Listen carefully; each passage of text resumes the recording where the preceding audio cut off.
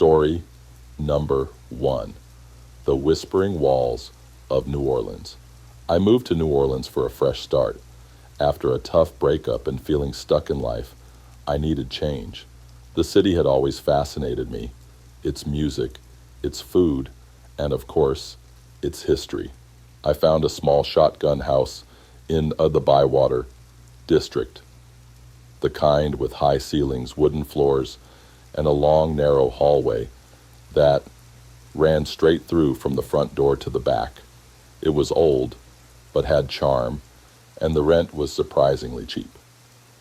The landlord told me it had been vacant for a few months, but before that, a woman had lived there for decades until she passed away.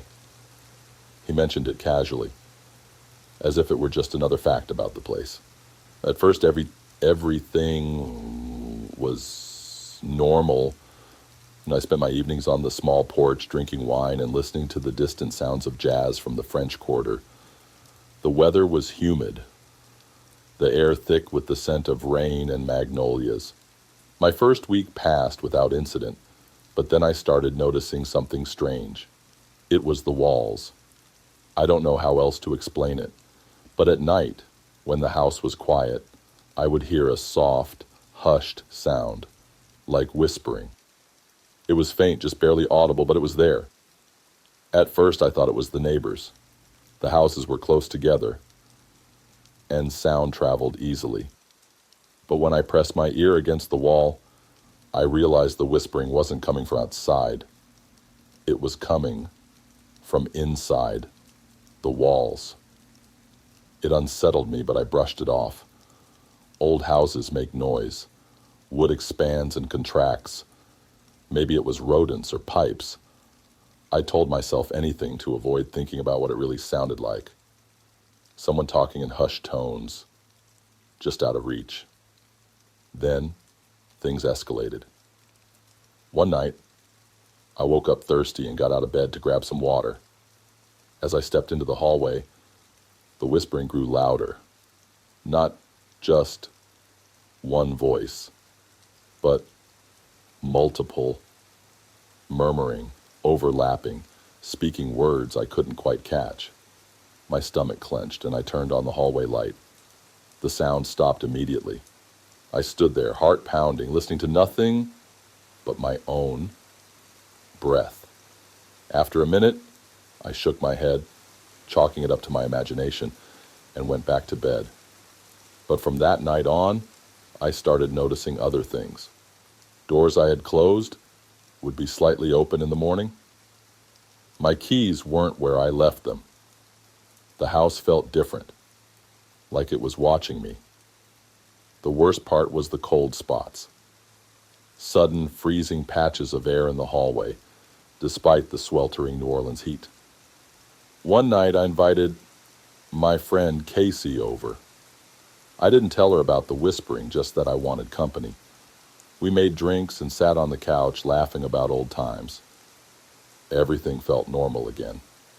Then she stopped mid-sentence, her face draining of color. "What?" I asked. She pointed past me. "Did you hear that?" I hadn't, but the look on her face made my skin crawl. "It sounded like someone whispering," she said. A chill ran down my spine. I forced a laugh. "Probably the neighbors." She shook her head. "No, it was inside the house."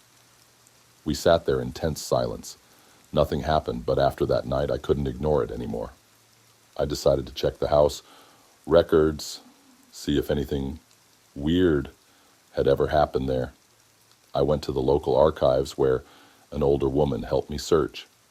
She raised an eyebrow when I gave her the address. "You know about that house, right?" she asked. I hesitated. "Number... What about it?" She sighed and pulled out an old newspaper article. The headline made my blood run cold. "Local woman found dead inside walls of Bywater home." I read in horror. Decades ago, a woman named Lorraine Dubois had gone missing. Everyone assumed she ran away, But years later, during renovations, workers found her remains inside the walls. Her body had been stuffed into a hollow space near the hallway, the same hallway where I kept hearing the whispers. I left the archives feeling sick. That night, the house felt oppressive, like the walls were closing in. I kept every light on, but it didn't help.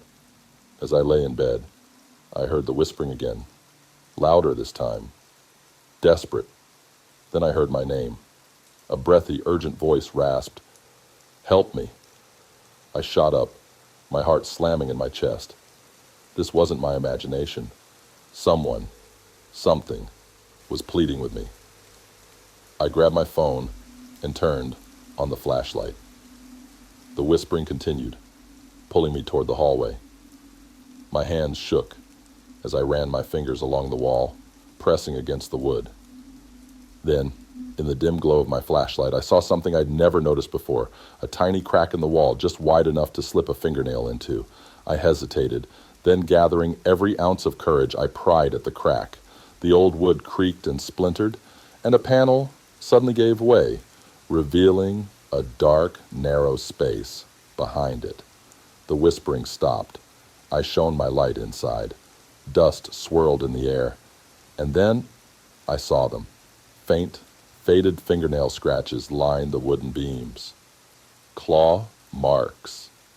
Desperate attempts to get out. A cold wave of nausea hit me. Lorraine hadn't fallen into the walls. She had been trapped there, buried alive. I stumbled backward, gasping. The house groaned like it was exhaling. After years of silence, I ran outside and didn't stop until I reached my car. I never spent another night in that house. I broke my lease the next day. The landlord didn't seem surprised. When I told him what I found, he just sighed and muttered something about people digging up the past when they should leave it alone. I don't know if Lorraine ever found peace. I don't know if I freed her or if I just disturbed something best left buried. But I do know one thing. The house is still there. And at night, if you listen closely, you can still hear the whispers. Story number 2, The Shadow in the Baby Monitor. I never believed in ghosts. Not really. Sure, I got creeped out by horror movies and had my fair share of weird feelings in old houses, but I always found a logical explanation for everything. That was before I moved into the new house with my daughter, before the baby monitor started showing things it shouldn't. It was just the two of us, me and my 6-month-old Lily. After her father walked out, I moved into a quiet neighborhood in Seattle, trying to start fresh. The house was older, but charming, with hardwood floors and a nursery that got plenty of natural light. It was the perfect place for a new beginning. At first, life was normal. The first few weeks were filled with sleepless nights and diaper changes. But I was adjusting. The baby monitor I bought had a small screen and night vision, letting me check on Lily without going into her room and risking waking her up. It became a habit. Every night, after putting her to sleep, I'd sit in bed and watch the monitor for a few minutes before closing my eyes. The first time I saw it, I thought I was imagining things. It was late, and I was exhausted. I glanced at the monitor, the grainy black and white image of Lily's crib glowing softly on the screen. She was sleeping soundly, curled on her side. But in the corner of the frame, near the closet, there was movement. Just the faintest flicker of a shadow, like something shifting. I rubbed my eyes and looked again. Nothing. I told myself it was a glitch. Maybe the camera was adjusting to the dark. I turned off the monitor and went to sleep. The next night it happened again. This time the shadow was clearer. It moved slowly, as if something was standing near the crib. shifting its weight. My breath caught in my throat. I turned on the hallway light, went into Lily's room, and found nothing but the usual. A soft pink blanket, stuffed animals on the shelf, the faint scent of baby powder in the air. I checked the closet under the crib. Nothing. I tried to laugh it off, convincing myself it was just my tired brain playing tricks on me.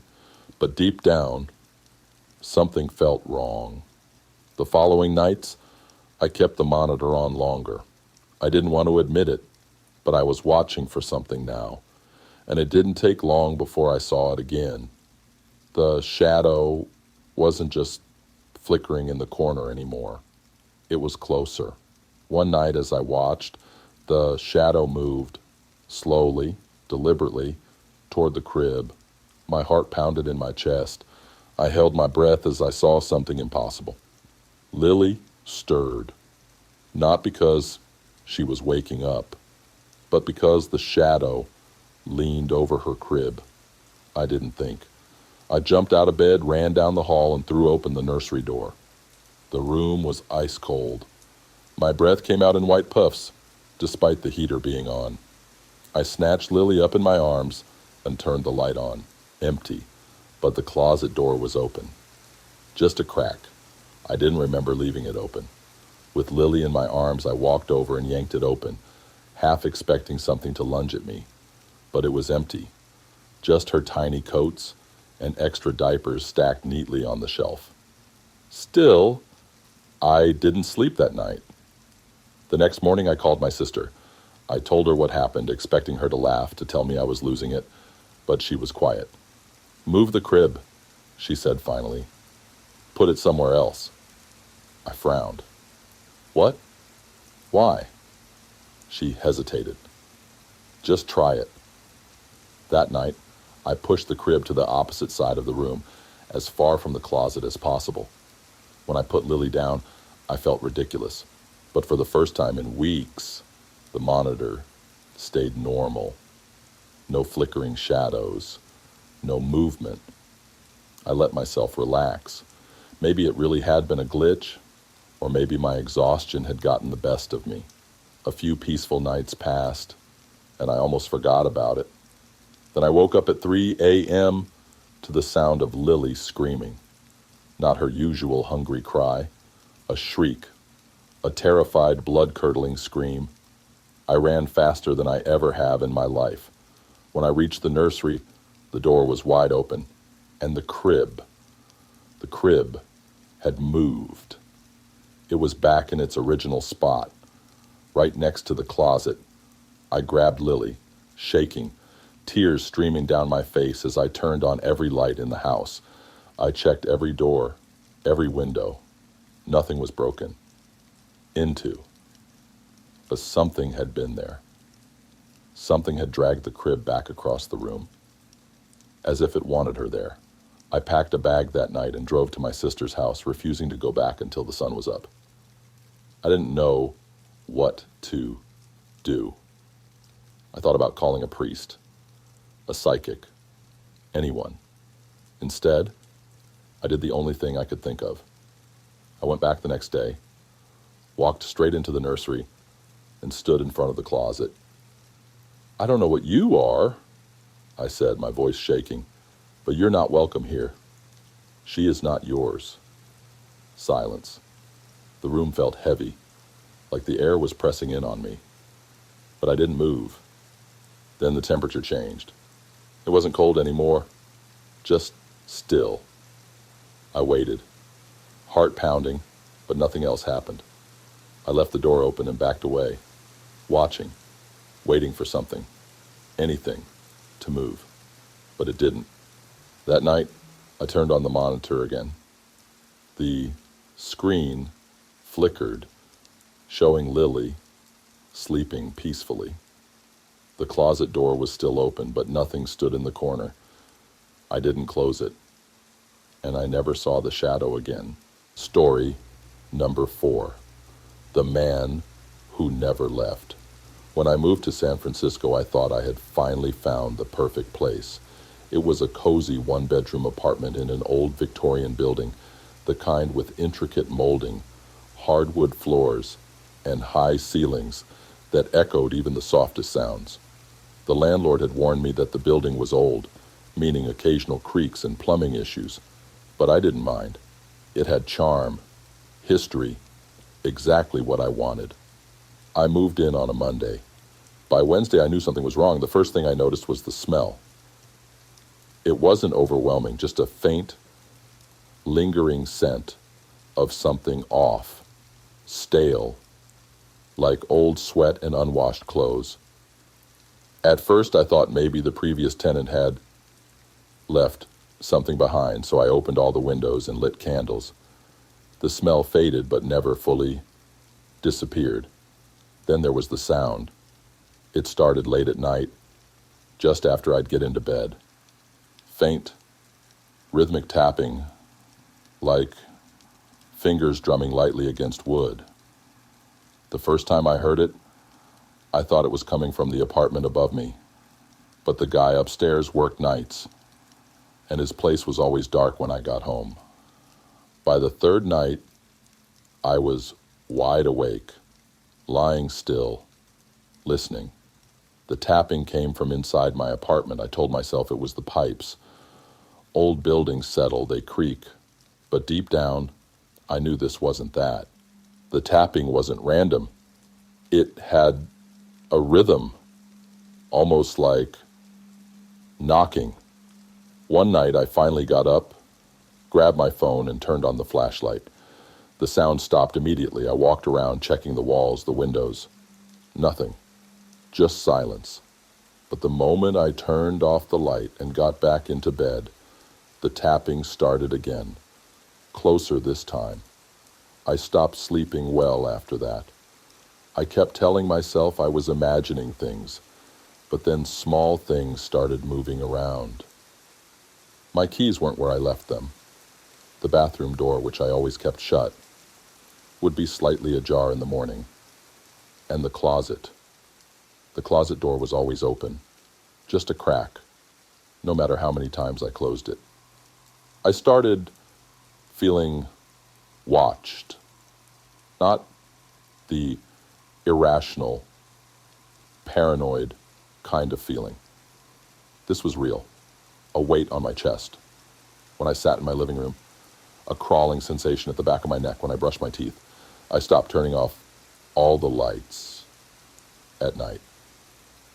Then, one evening, something happened that I couldn't ignore. I had just gotten out of the shower when I saw it. A handprint on the fogged up bathroom mirror. It wasn't mine. The fingers were longer, the shape all wrong. It looked smudged, almost distorted, like whoever had pressed their hand against the mirror had been leaning in. I stood there, towel wrapped around me, heart pounding so hard, I thought I'd pass out. I wiped the mirror clean, turned every light in the apartment on, and sat in my living room until sunrise. That morning, I went straight to the landlord. "Did someone die in my apartment?" I asked, trying to keep my voice steady. The landlord, an older woman named Mrs. Patel, hesitated before sighing. "You weren't supposed to know that." I felt my stomach drop. "Know what?" She rubbed her temples, looking genuinely sorry. The last tenant. His name was Daniel. He went missing. One day he just stopped showing up to work, stopped paying rent. The police investigated, but there was no sign of him. It was like he vanished into thin air. I felt cold. "You still rented the place out?"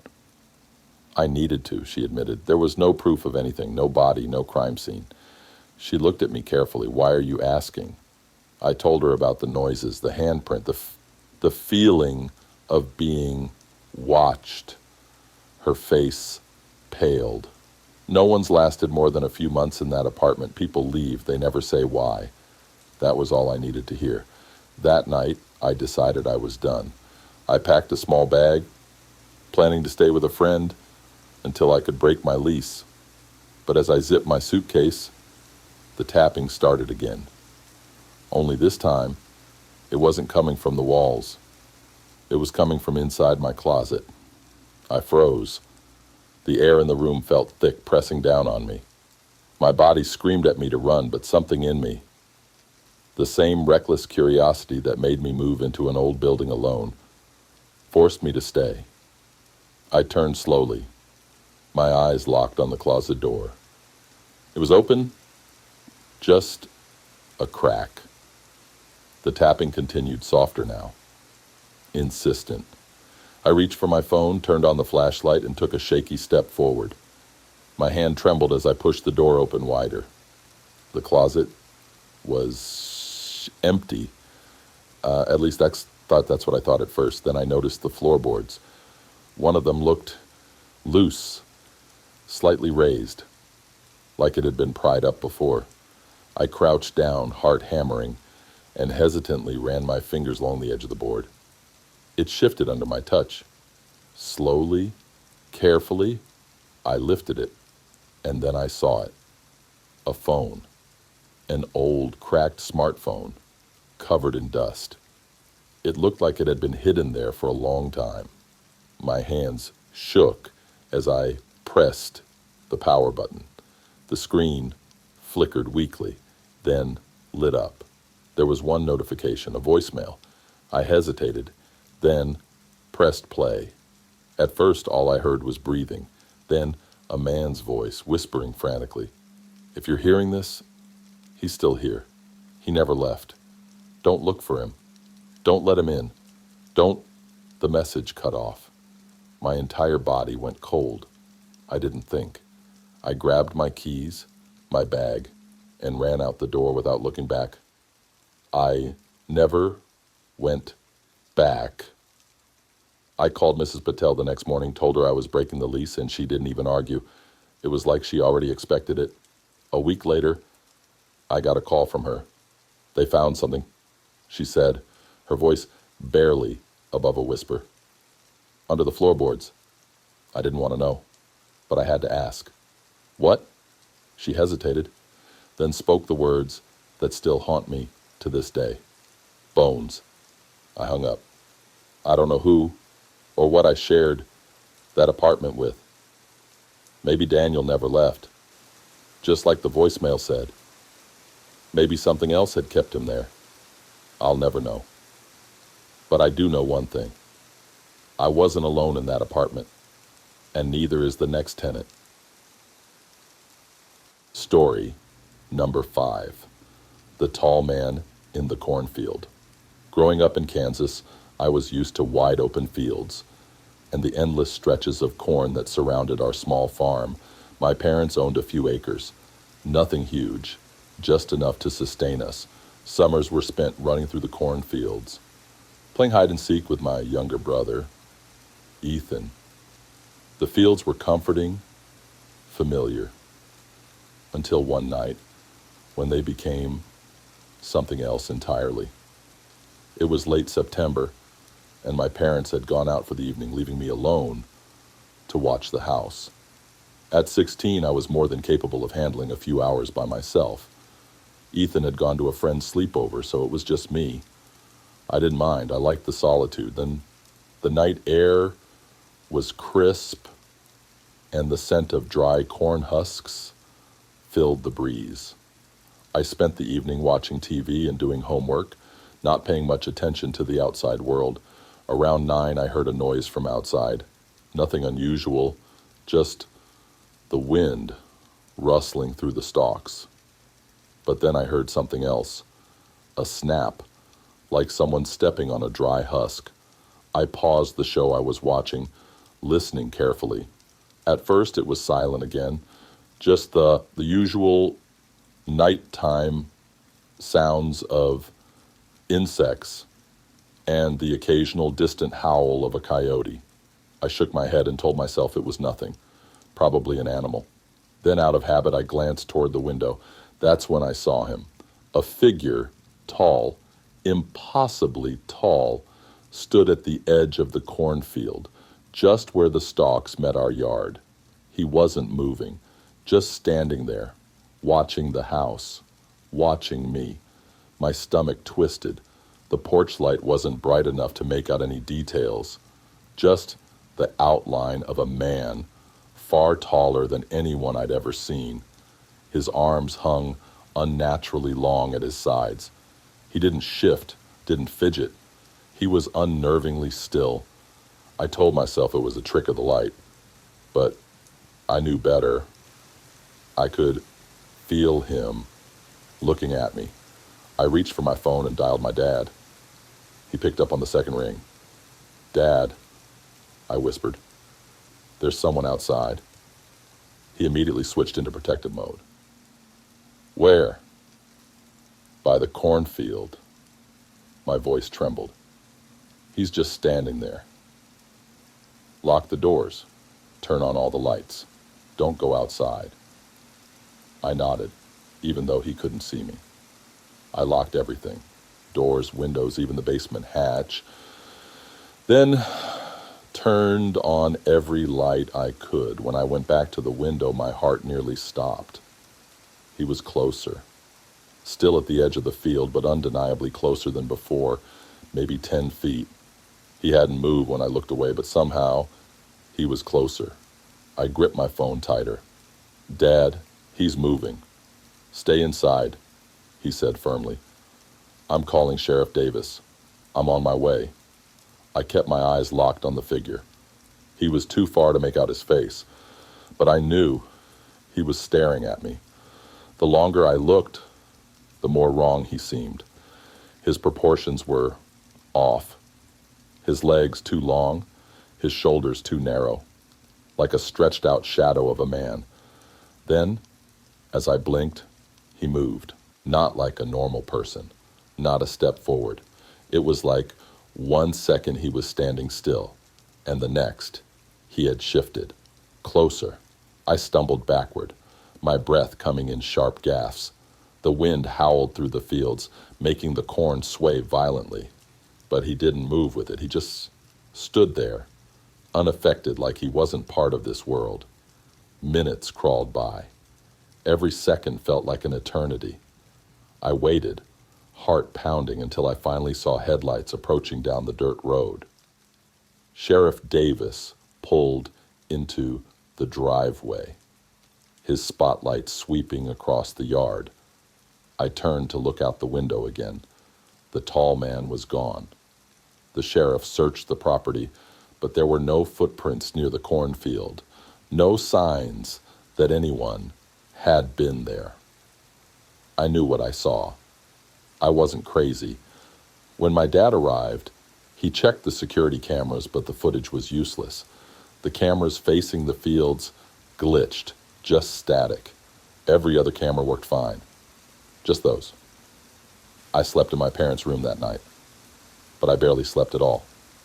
Every time I closed my eyes, I saw him, tall, motionless, waiting. Days passed, then weeks. I convinced myself that maybe it was just my imagination, fueled by a shadow or a misplaced fear, until it happened again. One night, just after Ethan had gone to bed, I stepped outside to grab a blanket I had left on the porch. The moment I opened the door, my breath hitched. There he was, standing in the field, closer than before. My blood ran cold.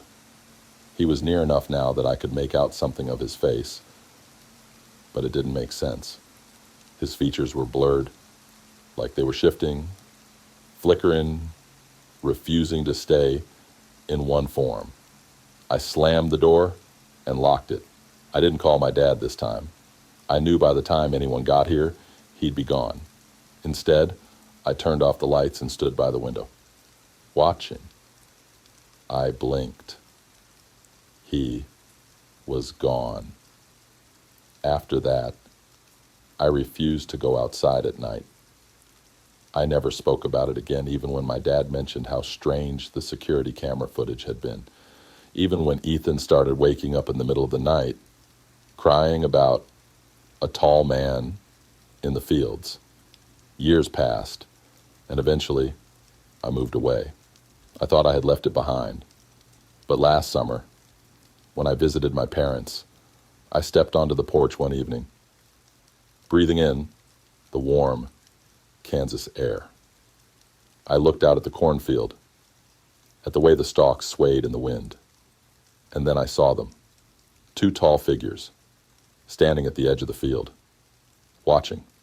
I turned around, went inside, and locked the door. I didn't look outside again. Story number 6. Someone sleeping in my bed. I moved into my new apartment on a rainy Saturday.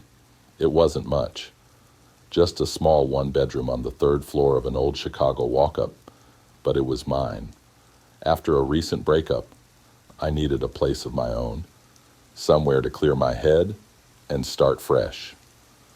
The rent was cheap, probably because the building was ancient, but I liked its character. The creaky floors, the old radiators, the way the hallway lights flickered like something out of a horror movie. It felt lived in. The first few weeks were uneventful. I spent my evenings unwinding with a glass of wine and my favorite shows. The apartment had its quirks. Sometimes I'd hear creaks at night, but it was an old building. Pipes groaned. Floors settled. I didn't think much of it. Then I started noticing little things. I'd come home from work and find the bedroom window open, even though I knew I had closed it that morning. My bathroom cabinet door was slightly ajar when I was sure I had shut it. The first time, I blamed it on my own forgetfulness. The second time, I laughed it off. By the third time, I started feeling uneasy. One night, I came home late. After meeting a friend for drinks, I kicked off my shoes and headed straight to my bedroom, exhausted. As I pulled back the covers, a chill ran through me. The bed was warm, not just from the blanket being thick. It was as if someone had just been lying there. I froze, staring at the indentation on the pillow. My stomach twisted. I lived alone.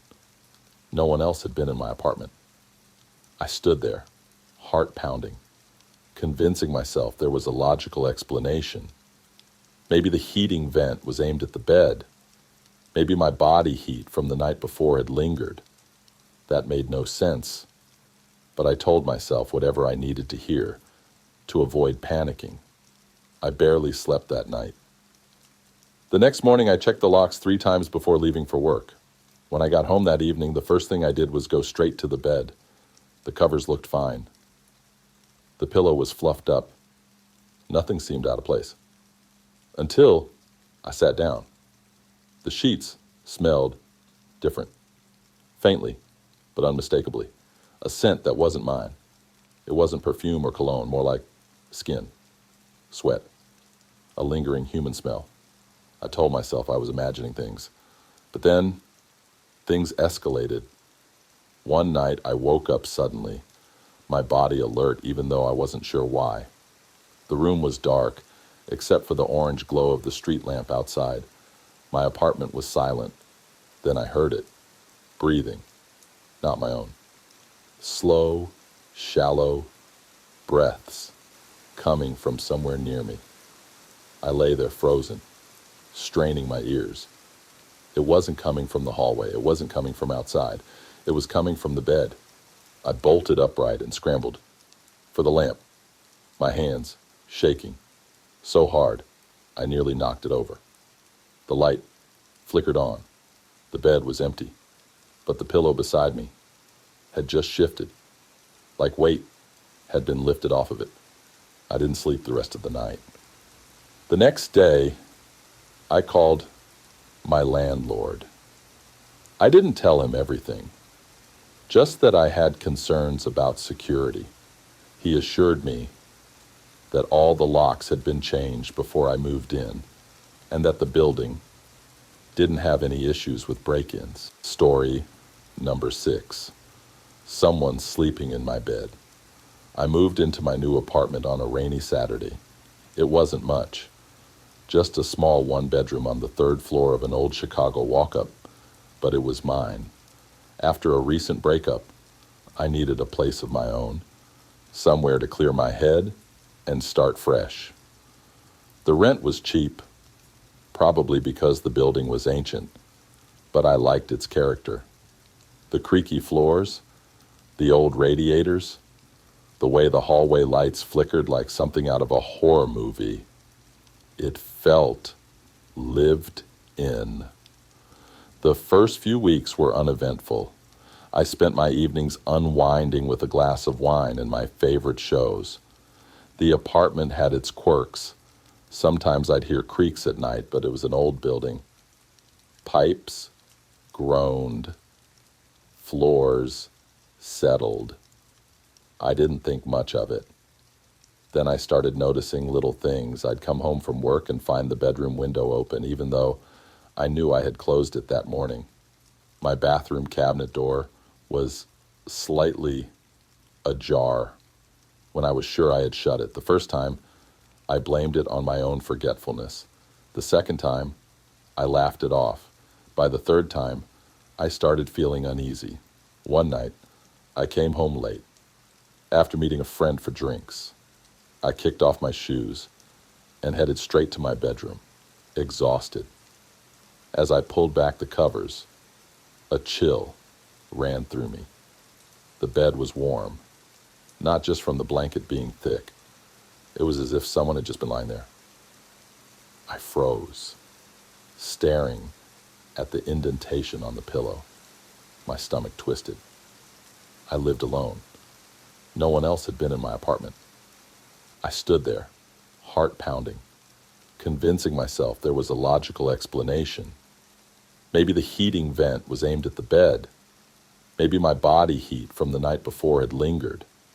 That made no sense, but I told myself whatever I needed to hear to avoid panicking. I barely slept that night. The next morning, I checked the locks 3 times before leaving for work. When I got home that evening, the first thing I did was go straight to the bed.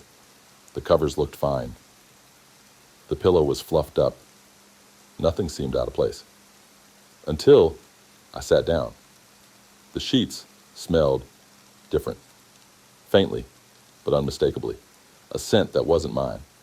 It wasn't perfume or cologne, more like skin, sweat, a lingering human smell. I told myself I was imagining things. But then, things escalated. One night, I woke up suddenly, my body alert even though I wasn't sure why. The room was dark, except for the orange glow of the street lamp outside. My apartment was silent. Then I heard it, breathing, not my own. Slow, shallow breaths coming from somewhere near me. I lay there frozen, straining my ears. It wasn't coming from the hallway. It wasn't coming from outside. It was coming from the bed. I bolted upright and scrambled for the lamp, my hands shaking so hard I nearly knocked it over. The light flickered on. The bed was empty, but the pillow beside me had just shifted, like weight had been lifted off of it. I didn't sleep the rest of the night. The next day, I called my landlord. I didn't tell him everything, just that I had concerns about security. He assured me that all the locks had been changed before I moved in, and that the building didn't have any issues with break-ins. Story number 7, the breathing in the basement. I never liked the basement. Even when we first moved in, there was something off about it. Our house was an old colonial in upstate New York, the kind with creaky wooden floors and doors that didn't quite shut right. The basement, though, it felt different, colder, heavier, but I never thought much of it, not until I started hearing the breathing. It started about a month after we moved in. My wife, Sarah, had fallen asleep early, and I was downstairs watching TV Around midnight, I got up to grab a drink from the kitchen when I heard it. A slow, raspy breath. I stopped, mid-step. It was faint but unmistakable. Long, deliberate inhales followed by deep, wheezing exhales. It was coming from the basement door. I stood there, heart hammering. The house was silent except for the faint sound of Sarah's breathing from the bedroom down the hall. My eyes stayed locked on the basement door. Another breathation, long, deep, right on the other side. I swallowed hard, forcing myself to think logically. The house was old. Maybe it was the pipes or the way the air moved through the vents, but deep down, I knew it wasn't that. I reached for the knob, hesitated, then slowly turned it. The hinges groaned as I pulled the door open. The darkness of the basement yawned up at me, the wooden steps disappearing into the black. I turned on the light. Nothing. Just the old wooden shelves, boxes from the move we hadn't unpacked yet, and the ancient furnace humming softly in the corner. I let out a shaky breath and shut the door, convincing myself it was all in my head. The next few nights, I started noticing little things, a musty smell drifting up from under the basement door, the lights flickering whenever I walked past, the odd sensation of being watched whenever I was alone downstairs. Then, one night, the breathing came back. This time, I wasn't alone.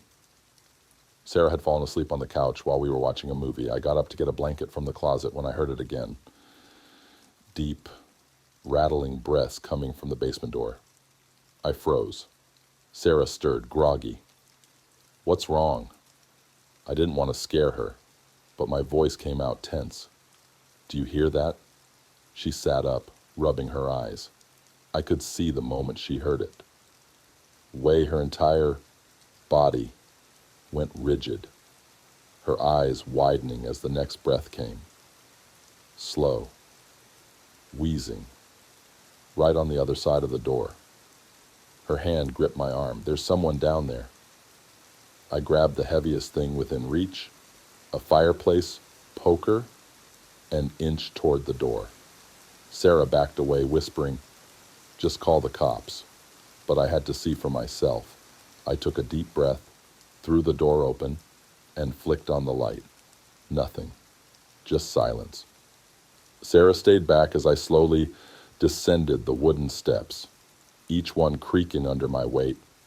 The basement smelled damp, earthy. The air was thick, heavy. My eyes scanned the shelves, the stacked boxes, the shadows in the far corners. Then I saw it. The dust on the floor had been disturbed, like someone had been standing there, right at the base of the stairs. I felt a chill creep up my spine.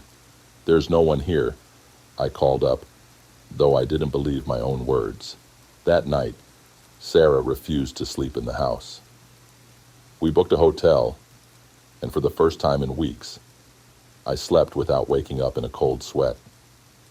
The next morning, I went back alone. The house felt empty, but not in a comforting way, like it was waiting for something. I called the previous owner, an older man named Mr. Wallace. I told him about the noises, the breathing. He was silent for a long time before finally saying, "You should leave." His voice was low, almost apologetic. "My wife never went down there. I told her it was because of the foundation, that it wasn't safe. But the truth is," he exhaled shakily, "it's not empty down there." My throat went dry.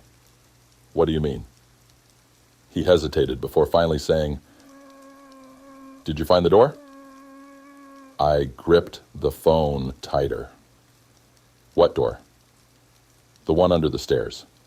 I didn't answer. I hadn't seen a door, just stacked boxes, an old tool bench, a few shelves. "Don't open it," he said quickly.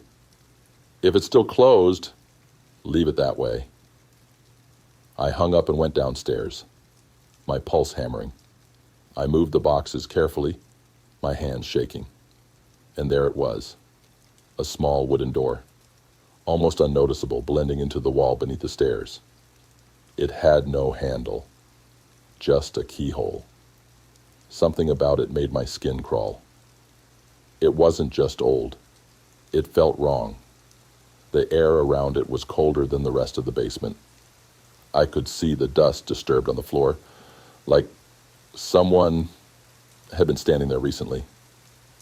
I knelt, pressing my ear against the wood. Silence. Then, a deep, shuddering breath, right on the other side. I stumbled back, heart hammering. I didn't stay to investigate. I didn't touch the door. I ran upstairs, grabbed my keys, and left. Sarah and I moved out that same week. I never told the new owners about the basement. But sometimes, late at night, I wonder, did they ever open the door? And if they did, what came out? Story number 8. The man in the crawl space. Moving to Arizona was supposed to be a fresh start. I had just gone through a rough breakup, and getting a place of my own felt like the first real step toward putting everything behind me. The rental was small but affordable. An old, single-story house on the outskirts of town. It had a big yard, a quiet neighborhood, and just enough space for me to feel comfortable. The first few weeks were uneventful. I spent most of my time settling in, working from home, and making the place feel like mine. The house had its quirks. The doors creaked, the plumbing rattled a little, and sometimes at night I'd hear strange noises from beneath the floors, but I assumed it was just the old foundation settling or maybe desert critters moving through the crawl space underneath. It wasn't until one evening while I was watching TV that I started to feel uneasy. It was subtle at first, just a prickling sensation on the back of my neck, like someone was watching me. I kept glancing toward the windows, expecting to see movement outside, but there was nothing. Then, around midnight, I heard it. A faint scraping sound, slow, deliberate, coming from beneath the floor. I muted the TV, heart pounding. The noise continued, a rhythmic shuffling, almost like someone shifting their weight, moving just beneath my living room. I forced a laugh, trying to shake off the fear. Probably just an animal, I muttered to myself. But deep down, I wasn't so sure. The next morning, I went outside to check the crawl space entrance. The small wooden hatch on the side of the house was secured with a rusty latch, just like I had left it. I hesitated before unlocking it, kneeling down to peer inside. The air that wafted out was stale and musty, thick with the scent of damp earth and old wood. My flashlight beam flickered over cobweb beams and crumbling insulation. The space was narrow, barely tall enough for someone to crawl through. And then I saw them. Footprints, faint but unmistakable, dragged across the dirt floor. Something had been down there. Someone. A chill ran through me. I slammed the hatch shut and locked it again, telling myself it was just my imagination. But that night, I barely slept. Every creak of the house, every distant rustling sound, sent my heart racing. Then, a few nights later, something happened that I couldn't explain away. I woke up around 3 a.m. to the sound of whispering. It was faint, barely audible, but unmistakably human. A low, murmuring voice. Just beneath my bed, my body went rigid. I held my breath, straining to hear. The whispering stopped, and then a soft tap, tap, tap against the floorboards. I shot up, heart hammering. My breath came in short, panicked gasps. I fumbled for my phone, turned on the flashlight, and pointed it at the floor. Nothing, just the worn wooden boards beneath my bed. But I knew what I had heard. I grabbed my keys, threw on a hoodie, and got out of there. I drove to a 24-hour diner. nursing a cup of coffee until the sun came up. By morning, I had convinced myself that I needed to check again. Maybe I was overreacting. Maybe it was just a pipe or a draft. But I had to know. I returned home and unlocked the crawl space hatch. This time I crawled inside. The air was thick and unmoving. My flashlight cut through the darkness, revealing old insulation and warped beams. I forced myself forward, following the footprints deeper inside. Then I saw it. A small makeshift bed. Just a pile of filthy blankets crumpled against the wall. Empty food wrappers and a half-empty water bottle sat beside it.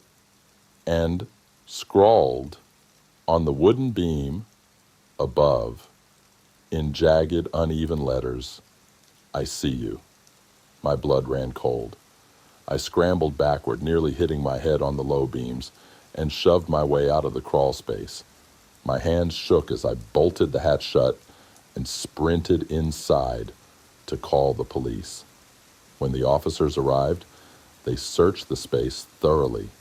They found more food wrappers, a stolen sweatshirt that wasn't mine, and something worse: scratches along the underside of the floorboards, right beneath my bed. The police believed it was a squatter, someone who had been secretly living under my house, slipping in and out when I was away. But how long had he been there? How many nights had he watched me before I noticed? I didn't stay to find out. That same day, I packed my bags and moved in with a friend until I found a new place. I never went back to that house. A few weeks later, I got a call from the landlord. They had re-rented the house to a new tenant. The first night, she woke up to whispering, and the next morning, the crawl space hatch was wide open. All said, I hesitated before unlocking it, kneeling down to peer inside. The air that wafted out was stale and musty, thick with the scent of damp earth and old wood. My flashlight beam flickered over cobwebbed beams and crumbling insulation. The space was narrow, barely tall enough for someone to crawl through. And then I saw them. Footprints, faint but unmistakable, dragged across the dirt floor. Something had been down there. Someone. A chill ran through me. I slammed the hatch shut and locked it again, telling myself it was just my imagination. But that night, I barely slept. Every creak of the house, every distant rustling sound sent my heart racing. Then, a few nights later, something happened that I couldn't explain away. I woke up around 3 a.m. to the sound of whispering. It was faint, barely audible, but unmistakably human. A low, murmuring voice just beneath my bed. My body went rigid. I held my breath, straining to hear the whispering stopped, and then a soft tap, tap, tap against the floorboards. I shot up, heart hammering. My breath came in short, panicked gasps. I fumbled for my phone, turned on the flashlight, and pointed it at the floor. Nothing. Just the worn wooden boards beneath my bed, but I knew what I had heard. I grabbed my keys, threw on a hoodie, and got out of there. I drove to a 24-hour diner, nursing a cup of coffee until the sun came up. By morning, I had convinced myself that I needed to check again. Maybe I was overreacting. Maybe it was just a pipe or a draft, but I had to know. I returned home and unlocked the crawl space hatch. This time, I crawled inside. The air was thick and unmoving. My flashlight cut through the darkness, revealing old insulation and warped beams. I forced myself forward, following the footprints deeper inside.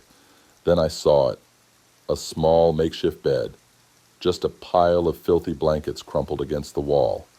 Empty food wrappers and a half-empty water bottle sat beside it, and scrawled on the wooden beam above, in jagged, uneven letters, "I see you." My blood ran cold. I scrambled backward, nearly hitting my head on the low beams, and shoved my way out of the crawl space. My hands shook as I bolted the hatch shut and sprinted inside to call the police. When the officers arrived, they searched the space thoroughly. They found more food wrappers, a stolen sweatshirt that wasn't mine, and something worse, scratches along the underside of the floorboards, right beneath my bed. The police believed it was a squatter, someone who had been secretly living under my house, slipping in and out when I was away. But how long had he been there? How many nights had he watched me before I noticed? I didn't stay to find out. That same day, I packed my bags and moved in with a friend until I found a new place. I never went back to that house. A few weeks later, I got a call from the landlord. They had re-rented the house to a new tenant. The first night, she woke up to whispering. And the next morning, the crawl space hatch was wide open. Story number 9. The silent knockers. The first time it happened, I thought it was just my imagination. I had been living alone for almost a year in my small house on the outskirts of town, enjoying the solitude. It wasn't a fancy place, but it was mine. A quiet space, away from the noise of city life. The nights were darker here, the air heavier, the silence deeper. But it was peaceful until the knocking started. It was a little past 2 a.m. when I first heard it. A soft, deliberate knock at the front door. 3 taps, evenly spaced. I sat up in bed, my heart beating a little faster than it should. My house was at the end of a long, empty road. No neighbors close enough to casually drop by, and no reason for anyone to be outside at this hour. I waited, holding my breath. Silence. I checked my phone. No missed calls, no messages. I thought about getting up to check, but something in my gut told me not to. I convinced myself it was nothing. Maybe the wind knocking a branch against the house. I forced myself back under the covers, listening for another sound. Nothing. The next morning I checked the front porch. The air was crisp, the ground damp from the night's rain, but there were no footprints, no signs that anyone had been there. I shook it off. The second time it happened, 3 nights later, I wasn't as calm. Again, 3 knocks. This time, I was already awake, reading in bed. My heart pounded in my ears. I strained to listen, trying to hear footsteps, breathing, anything. But there was nothing. Just silence. I crept to the window and pulled the curtain back just enough to see the front porch. The dim glow from the street lamp barely illuminated the area, but I could see the door. No one was there. I held my breath, waiting for movement, but the street was empty. Then the knocking came again. 3 taps, clear, right on the door. I stumbled back, a cold wave of dread washing over me. There was no one there, at least not that I could see. I didn't sleep that night. The next day, I installed a security camera above my front door. It wasn't the best quality, but it was enough to give me some peace of mind. I kept checking the footage throughout the day, but nothing seemed out of the ordinary. That night, I forced myself to stay up, watching the live feed on my phone. At exactly 2:37 a.m., the knocking started again. I jumped, my pulse racing, as I stared at my phone screen. The porch was empty. I could hear the knocks, 3 perfectly spaced taps, but the camera showed nothing. A chill crept down my spine. I rewound the footage and played it back, frame by frame. The audio had captured the knocks, but visually, there was nothing. Something was knocking on my door, but whatever it was, wasn't there. I stayed locked in my room until morning. I considered telling someone, but what would I even say? Hey, something invisible keeps knocking on my door at 2 a.m., and I don't know what it wants. I doubted anyone would take me seriously. Instead, I did my own research. I read about old urban legends, supernatural folklore. Knocking on a door at night had different meanings across different cultures. Some said it was a spirit trying to enter. Others believed it was a warning, a sign of impending death. None of it made me feel better. A week passed without incident. Then, on a cold Friday night, I made a mistake. I answered the door. It was 2:37 a.m. when I heard the knocking. Or, story number 10, The Unwanted Guest, in room 3B. I was never supposed to be in room 3B. It was just a temporary stay, a cheap Airbnb in an old Boston brownstone while I looked for a permanent place. The price was suspiciously low for a fully furnished apartment in the city, but I didn't ask questions. I needed something fast, and the host was eager to rent it out. When I arrived, the building had that old New England charm. Tall windows, creaky stairs, the faint scent of wood polish and time. The key was under the mat, just like the host said. I let myself in, dragging my suitcase across the uneven hardwood floor. The apartment was simple but cozy, a worn-out couch, a tiny kitchen, and a bedroom with just enough space for a bed and a dresser. It smelled off. Not bad, just stale. Like it had been shut up too long. I cracked a window, unpacked a few things, and tried to settle in. That first night, I woke up around 3 a.m. At first, I wasn't sure what had stirred me. The room was silent except for the distant hum of the city outside. Then, just as I was drifting back to sleep, I heard it. A faint noise, a soft shuffling sound coming from the living room. I froze, my pulse pounding in my ears. I strained to listen, barely breathing.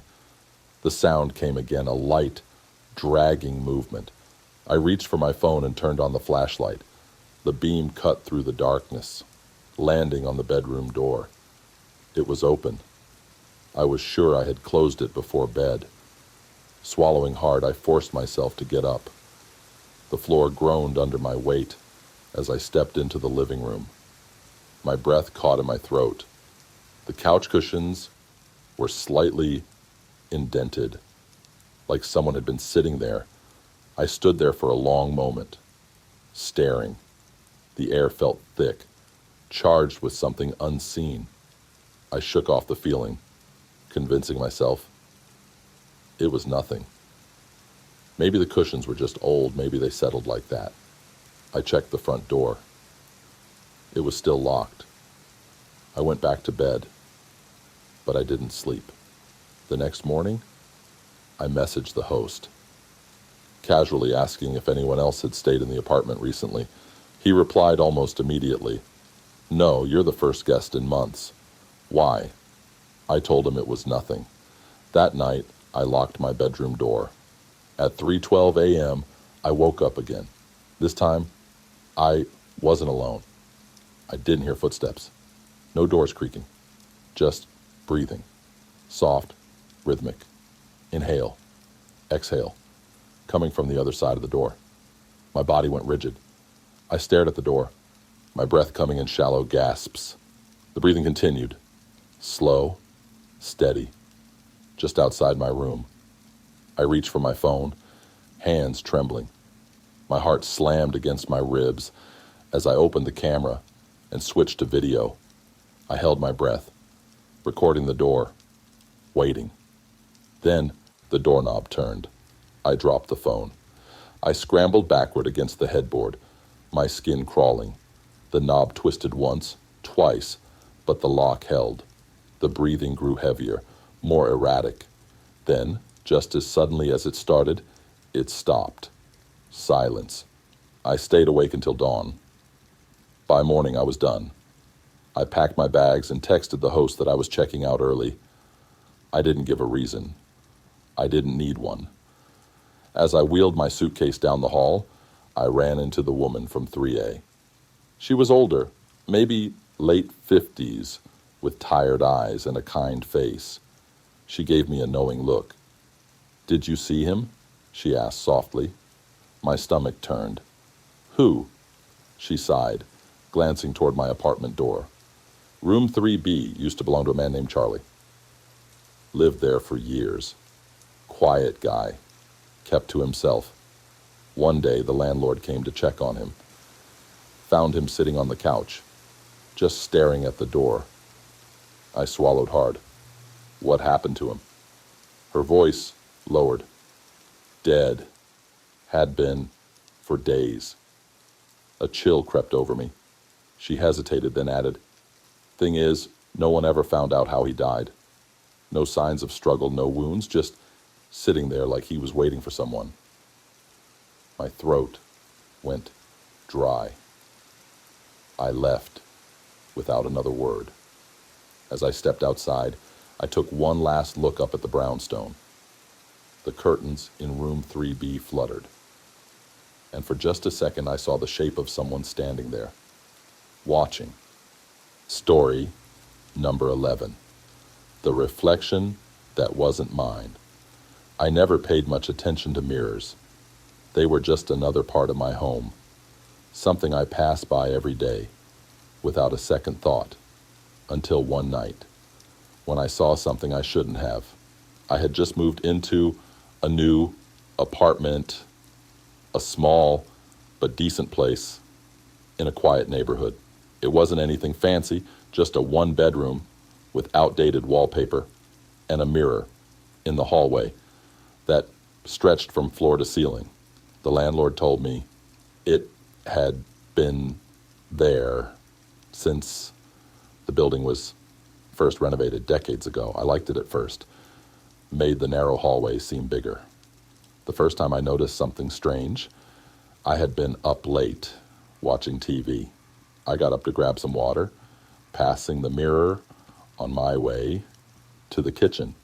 I caught a glimpse of my reflection out of the corner of my eye, and for some reason, it made me stop. I couldn't explain why, but something about it felt off. I turned to face the mirror fully, staring at my reflection. It looked normal. The same tired face, messy hair, oversized hoodie. But the uneasy feeling lingered. I shook it off and went to bed. The next few nights, it happened again. Every time I walked past that mirror, I felt watched, like my reflection was following me just a little too closely, holding eye contact a second too long. It was subtle, almost unnoticeable, but enough to make my skin crawl. One night, I decided to test it. Standing in front of the mirror, I lifted my right hand. My reflection did the same. I tilted my head left, then right. Everything matched. But then, just as I was about to turn away, I saw it. A flicker, barely noticeable, but there. My reflection blinked. A fraction of a second too late. I stumbled back, my breath hitching, my hands were shaking. I stood there for a long time, waiting, watching. The reflection was still normal, but I knew what I had seen. I avoided the mirror after that. I stopped looking at it directly, walking past it with my head down, but the feeling never went away. The more I ignored it, the worse it got. I started waking up in the middle of the night, heart pounding, convinced that something was watching me. One evening, I was on a video call with my friend Lisa. She had been nagging me about how I never showed her my new place. So, I finally gave her a quick tour, holding up my phone and walking her through the rooms. When I reached the hallway, she suddenly went quiet. "What?" I asked. She hesitated. "Your mirror. It's weird." I frowned, turning the camera toward it. What do you mean? It's just... She trailed off. For a second, it looked like... Never mind. Probably just bad lighting. My stomach twisted. Looked like what? She shook her head. I don't know. Like your reflection was off. But it's fine now. I ended the call soon after. pretending it didn't bother me. But that night, I barely slept. The next morning, I made a decision. I was going to get rid of the mirror. I grabbed a bed sheet and threw it over the glass, covering it completely.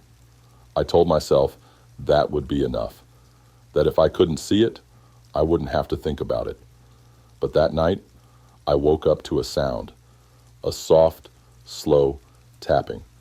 I sat up, heart pounding, listening. The room was dark, silent, except for the faint hum of the refrigerator in the next room. Then, tap, tap, tap. It was coming from the hallway, from behind the covered mirror. I wanted to ignore it, to pretend I didn't hear it. But the sound got louder, more insistent. Tap, tap, tap.